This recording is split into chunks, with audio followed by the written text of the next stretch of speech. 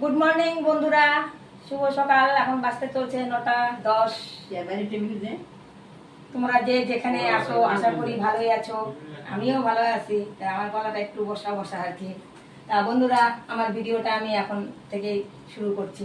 বন্ধুরা, আজকে ওয়েদারটা একটু ভালো দিছে, মানে বৃষ্টিটা নাই আর কি। আজকে মনে হয় ওয়েদারটা ভালো থাকবে আর কি।